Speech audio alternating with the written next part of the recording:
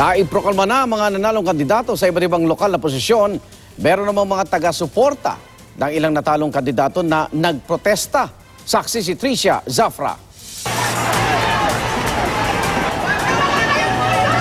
Binombahan ng tubig ang mga taga-suporta ni Muntinlupa Mayoral Candidate Aldrin San Pedro. Nakagabi pa nagtipon sa labas ng City Hall at hinarang pa ang mga SD card ng nalalabing 7% na boto sa Muntinlupa.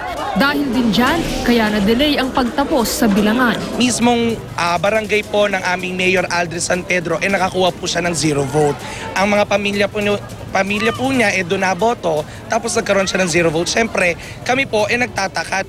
Kanina lang tuloy na proklama ang panalo ni re-electionist Mayor Jimmy Fresnedi.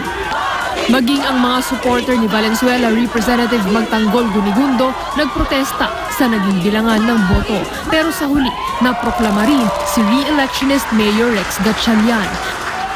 Bahagyang naiba naman ang protesta sa Bukawe, Bulacan, paligsahan sa pag-cheer kina mayoral candidates Jim Valerio at Johnny Villanueva na tabla sa botong 16,694.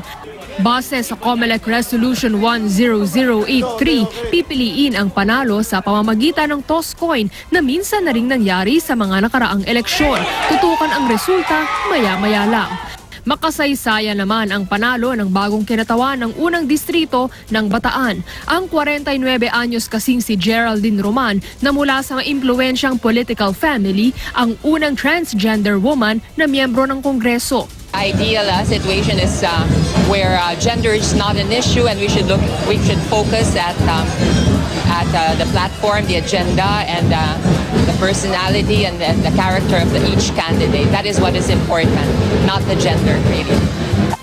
Makakasama niya sa Kamara si outgoing Governor Vilma Santos Recto na ipinroklama ring Congresswoman ng 6th District ng Batangas.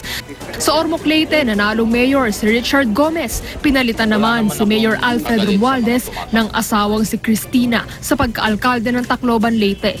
Naproklama na ring Mayor ng Bacoor, Cavite ang asawa ni Senador Bong Revilla na si Lani Mercado Revilla. Sa Metro Manila, re-elected si Manila Mayor Joseph Estrada. Nanalong Mayor ng Makati ang anak ni Vice President Jejomar Binay na si Abby Binay. Habang sa Taguig, Mayor ang asawa ni Senador Alan Peter Cayetano na si Lani. Mayor ulit ng Caloocan, si Oka Malapitan. Si Robert Eusebio naman sa Pasig, habang re-elected Mayor si Gia Gomez ng San Juan. Muling uupo sa pagka-mayor ng Antipolo si June Inares. Tinoob naman ni Ramil Hernandez ang mag-amang ehersito na kalaban niya sa pagkagobernador ng Laguna. Ako si Tricia Zafra, ang inyong saksi.